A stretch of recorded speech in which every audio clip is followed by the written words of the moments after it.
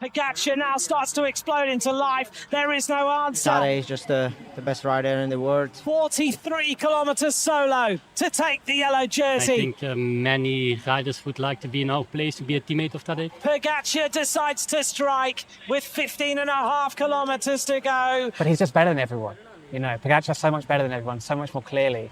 Now he'll start to celebrate as he checks yet again. I think it's the overall level has gone up. We see now the power numbers guys are doing on climbs, in breakaways. A tornado strikes on Alpe d'Huez. He sprints away. They genuinely seem to, build a very cohesive team environment. It probably helps having Tadej Pogačar, who is the strongest bike racer in so many scenarios, pretty much any race. So it's very clear who the captain is, who the plan A, B, C, D is. Maybe they have more capable team or the cycling just changed. And to be honest, I think Tadej is just the best rider in the world, and he's capable of winning multiple stages. But I think it's the overall level has gone up. We see now, the power numbers guys are doing on climbs, in breakaways. It's just taken a big step up, and I think the overall level of teams now is quite high. We've seen with Adam Yates, Tim Wellens, pretty much even any older rider they sign, they seem to get the best out of them in their 30s. That's impressive.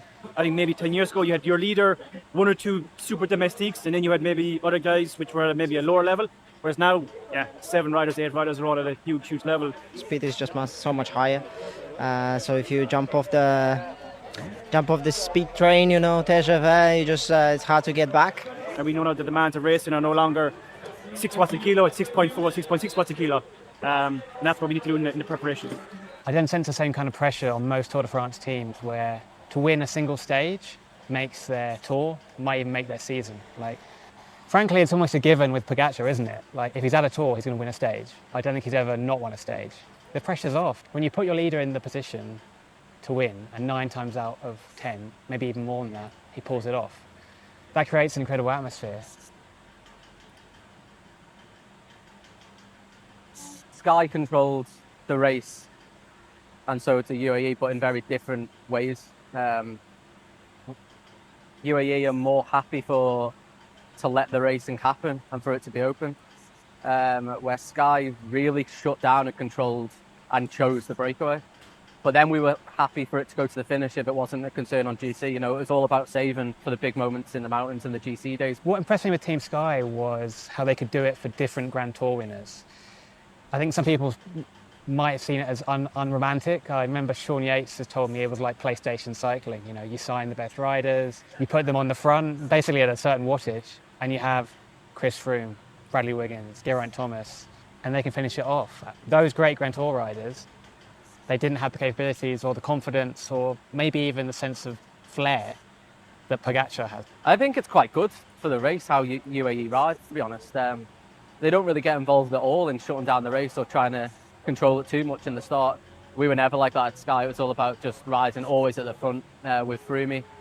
And our tactic would be to say if you're on a cat 3 to ride at a certain number of watts, certain tempo, where only so many riders could actually move. I mean, Chris was dominant for sure, but we were still had the approach of saving as much as we can on days where it wasn't for us. We were happy to let the break go, and we were just saving everything for the mountain stages, and that was our approach, and that's why we were so successful in the past, obviously.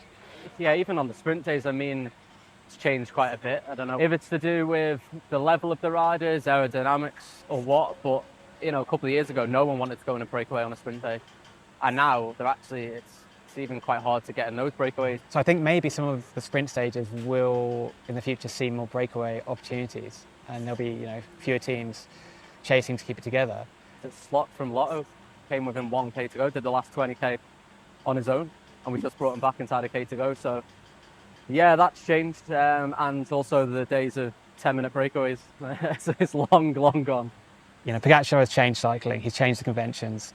And the other teams can't change with that. They're not good enough, For sure, racing against the UAE, when they control the mountain stages like they do, it's difficult. It can become hard to motivate the guys on the bus, but at the end of the day, it's a bike race, and they have every right to ride in the manner they do.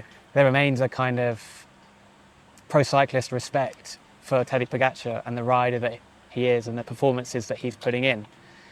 And the fact that I think every pro cyclist who races with Pogi realises that they're kind of privileged, that we're not going to see this kind of dominance ever, maybe.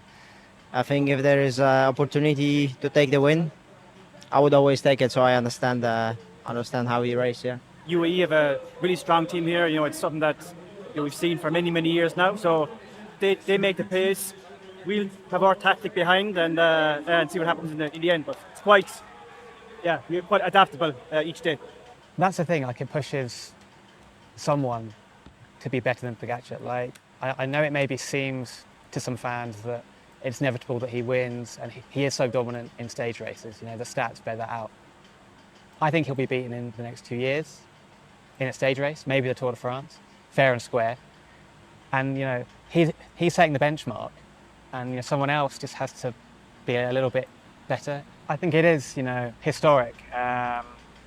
You can't compare it to anything that's been before. Maybe not even Eddie Merckx, because of how international cycling is and how much sports science has come into it.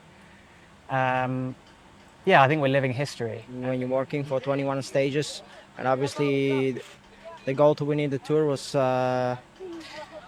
from the day you crossed the finish line of the previous Tour, you were already preparing kind of your condition, and you had to go for another one. And it was just so much satisfaction that everything went well through ups and downs, better days and the worst days. So, but once you cross the finish line in Paris, it was just like crazy feeling, goosebumps, and I wish I had that again. It's an honor to race next to Tadej. Everybody knows how good he is, and I think many riders would like to be in our place to be a teammate of Tadej. So we all know that it's a nice place to be.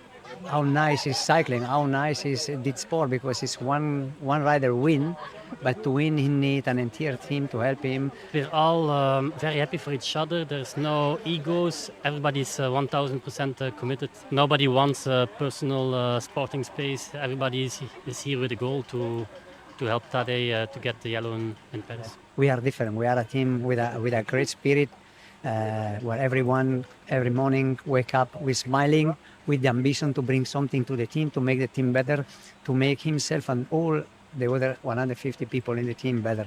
That is what I would like. We will be remembered for it.